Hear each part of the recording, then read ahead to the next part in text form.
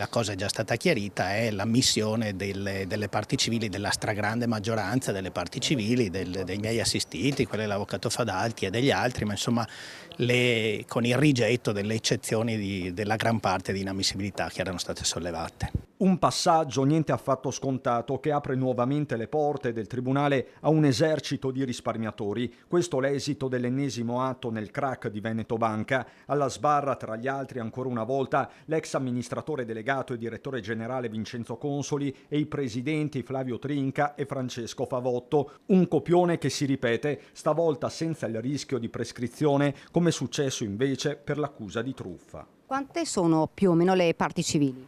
A memoria qualche centinaio, penso 300-400 in questo processo.